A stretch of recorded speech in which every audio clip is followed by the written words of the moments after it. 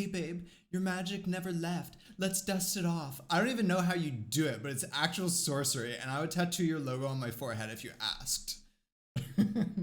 This was a response that I got from ChatGPT after asking it, can you describe what I do but like my drunk bestie? Which I saw online and I thought it was a fun prompt, so I thought I would try it out. And I got a good laugh out of it. And I also, it got me thinking about why the staples of my work are the staples of my work. My name is Sean. I'm a mental health coach. I see 40 plus clients a week. I have a 98% satisfaction score from over 1,500 ratings. And one of my business mentors once told me that you should be the first piece of proof for whatever it is that you're selling. So today I'm going to tell you a little bit about how I practice the staples that were talked about in the drunk bestie ChatGPT response in my own life and how that applies to the work that I do with my clients. We're going to talk about three main things today. The first is self-love, the second is alignment, and the third is empowerment. So let's start with self-love. My brother is conventionally attractive, and I remember growing up, I have these vivid memories of a girl asking me something like, "That's your brother?" And I would go, "Yeah." And she would say, "But he's so hot." And I remember that really stung. And I grew up hating my appearance because of it. And I didn't realize this at the time, but that hatred that I felt for my appearance actually permeated everywhere. Because I thought, I love my mind, I love my personality, so it doesn't matter if I hate my appearance.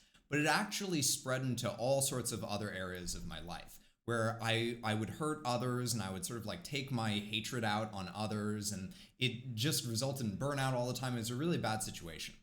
And that didn't change until one day I had a conversation with my wife about my appearance where essentially she just said one simple thing to me that honestly, it almost sounds cliche, but it was super impactful for me, which is she said, "You can be beautiful in a different way." And the reason that that was so impactful for me was because she didn't try to fight it. She didn't try to convince me that I was conventionally attractive, which other people had definitely tried to do in the past. And my mind would always dismiss it because I would say, oh, they're just being nice or whatever. But my wife, she opened up a whole new world of possibility in my mind that I could craft my own version of beauty.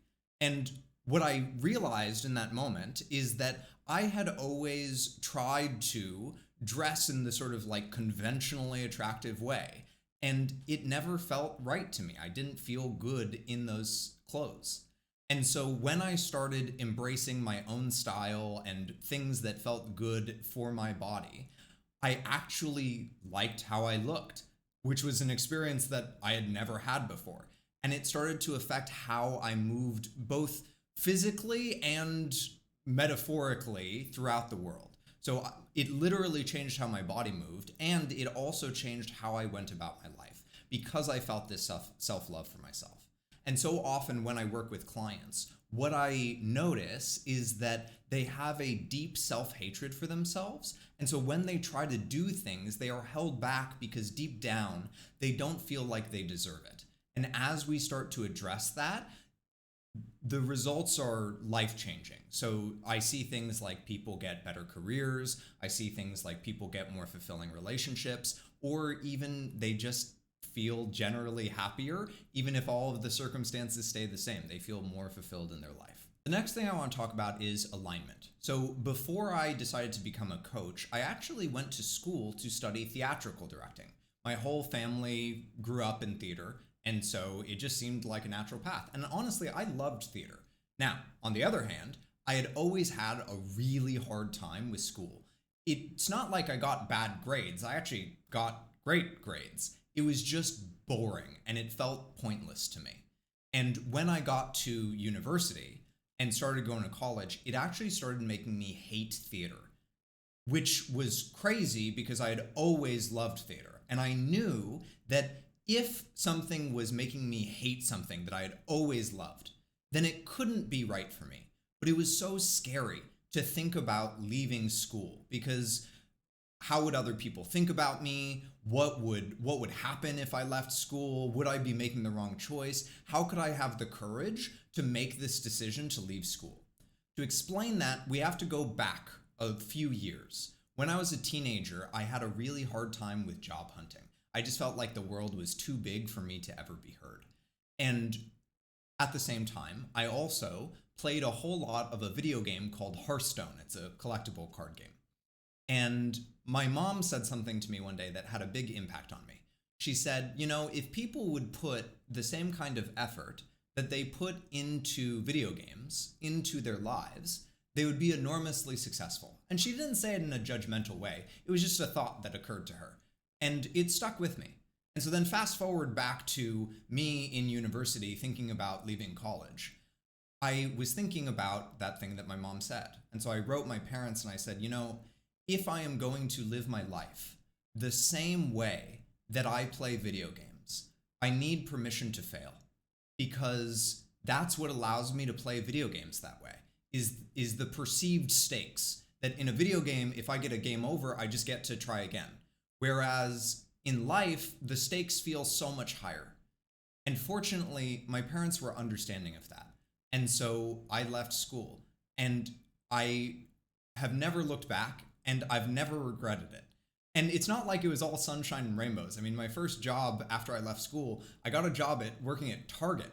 But because it was aligned with what was important to me, that I had made a decision that felt right for me, it was so much easier to tolerate all of the hard things that I had to go through. And so now I am ravenous. I don't even know if that's the right word, but it's the word that comes to mind. I am ravenous about sniffing out when people are misaligned. That so often when I work with people, they are trying to get themselves to do things and can't get themselves to do it and keep beating themselves up. But when we really dig down into it, the reason that they can't get themselves to do it is because they don't care about it. They don't want to do it.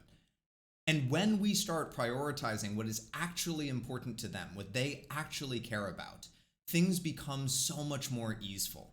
And finally, let's talk about empowerment. Because as I started moving about the world differently and doing things that felt right to me and were important to me, all of a sudden, I didn't feel like my voice was too small to be heard. I felt like I could actually, if I set my mind to something, I could actually make an impact and make a change in the world. One of the most common pieces of feedback that I get from clients is Sean's enthusiasm is infectious. And the reason for this is because when I see my clients winning, when I see my clients getting shit done that actually matters to them, I celebrate the hell out of it. Because when people are prioritizing what is important to them, I have seen how much it allows them to blossom.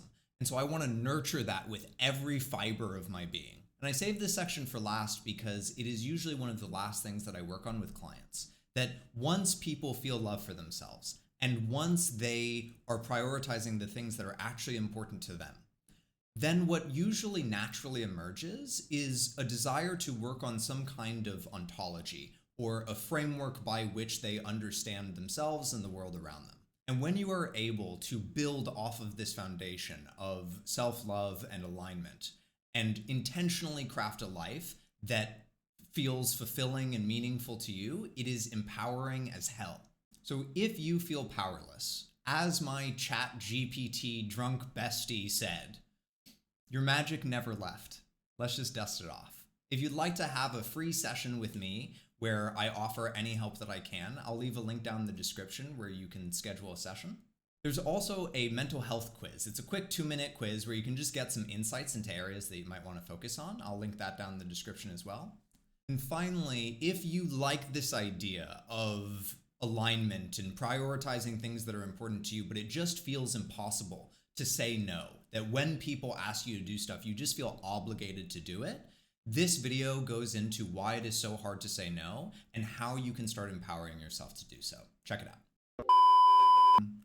What else? What else do I do? No.